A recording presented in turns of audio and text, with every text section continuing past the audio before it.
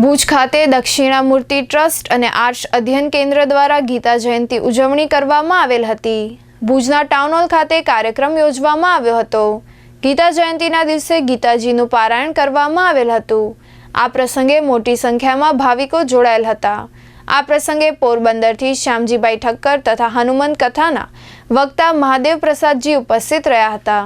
આજે કચ્છ માટે ભુજ માટે અતિ દિવ્ય અનુભૂતિ કરાવનારી ભગવદ્ ગીતા જયંતિ બની રહી છે, કેમ કે આજે અમે લોકો દર વખતે ગીતાજી અમારા આશ્રમમાં કરતા હોય, માધાપરમાં આશ્રમ છે અમારો, પણ આજે આખા ભુજના સેન્ટરમાં જે ટાઉન હોલ છે એ ટાઉન હોલની મધ્યે શ્યામભાઈ ઠાકર પોરબંદરથી આવેલા છે। આજની આ ગીતા જયંતિમાં અમારા મિત્ર પણ અમારી સાથે જોડાણા છે અને 700 શ્લોકનું પારાયણ આ ટાઉન હોલની અંદર 1000 લોકોએ સાથે મળીને જે પારાયણ કર્યું છે। ઘણા બધા ઓનલાઈન જોડાણા છે।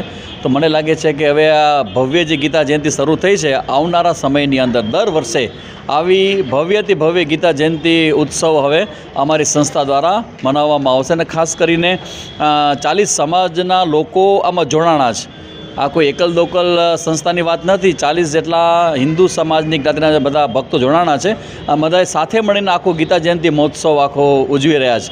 તો મને લાગે છે કે આ કચ્છ અને ભુજ માટેની ઐતિહાસિક ઘટનાની ક્ષણો હતી, જ્યાં 700 શ્લોકનું પારાયણ આ બધા લોકોએ, ભાઈઓ બહેનો અને અમારી સાથે જે શ્યામભાઈ ઠાકર આવે છે પોરબંદરથી અને મહાદેવ પ્રસાદજી છે આજના વક્તા અમારા હનુમંત કથાના, તો બધા લોકોએ સાથે મળીને આ ગીતાનું અમે લોકોએ પારાયણ કર્યું। દક્ષિણામૂર્તિ ટ્રસ્ટ દ્વારા અને આર્ષ અધ્યયન કેન્દ્ર દ્વારા પૂજ્ય સ્વામીજીના વડપણ હેઠળ ભુજ જેવા સનાતન ધર્મના જ્યાં અનેક અનુયાયીઓ અને આપણી વસ્તી ખૂબ છે એવા ગામમાં આ ગીતા જયંતિનો આટલો ભવ્ય અને દિવ્ય ઉત્સવ જોઈને ખૂબ આનંદ થાય। પોરબંદરથી છેક દોડીને આવવાનું એટલે મન થાય કે એક સંન્યાસી એ અહીં બેસીને આપણા સનાતન ધર્મની ધજાને પકડી રાખવાનું બહુ સુંદર કાર્ય કરી રહ્યા છે।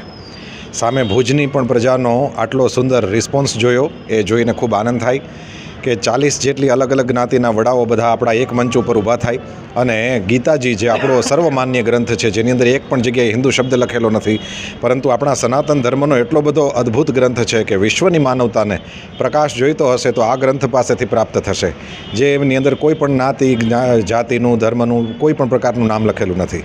આવા આ ગ્રંથના જયંતિના વધામણા કરવા માટે થઈને, આવા અદ્ભુત ઉત્સવને ઉજવવા માટે થઈને આપણો સનાતન ધર્મ અહીંયા તૈયાર થાય એ જોઈને અમારું હૈયું ખૂબ આનંદિત થાય। સ્વામીજી એ ભુજ માટે થઈને એક ભાગ્ય બનીને આવ્યા છે, ભગવાનની કૃપા છે એમના ઉપર અને આ ભુજ ઉપર એ એમની કૃપા, ભગવાનની કૃપા સ્વરૂપે આવ્યા છે।